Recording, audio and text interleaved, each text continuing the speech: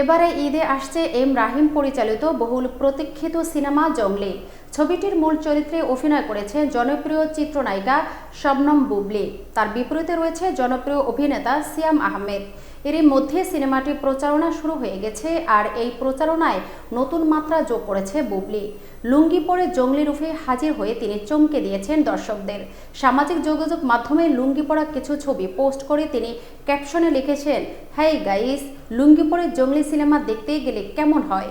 বুবলি এমন লুক মুহূর্তেই ভাইরাল হয়ে যায়। কেউ প্রশংসা করছে, কেউ বা মজার ছলে মন্তব্য করেছেন। তবে এতে সিনেমাটির প্রতি দর্শকদের আগ্রহ আরও বেড়েছে। এর আগে টানওয়ে ফিল্মে একসঙ্গে দেখা গিয়েছিল সিয়াম বুবলির জুটিকে। এবার বড় পর্দায় তাদের নিয়ে দর্শকদের প্রত্যাশা অনেক বেশি। নতুন সিনেমা নিয়ে বুবলি বলেছে, আমি ভীষণ এক্সাইটেড। রহিম ভাইয়ের সঙ্গে এটি আমার প্রথম কাজ। দর্শক নতুন কিছু পেতে যাচ্ছে, এটা নিশ্চিত। পোস্ট ও টিজার দেখে রহস্যের আভাস পেয়েছে সবাই।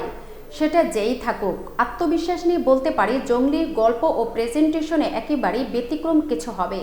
পরিচালক এম রাহিম জানিয়েছেন, জঙ্গলির গল্পের জন্য সিয়ামের বিপরীতে বুবলি বেশি মানানসই। সিয়াম বুবলি সহ সবাই দারুণ অভিনয় করেছে।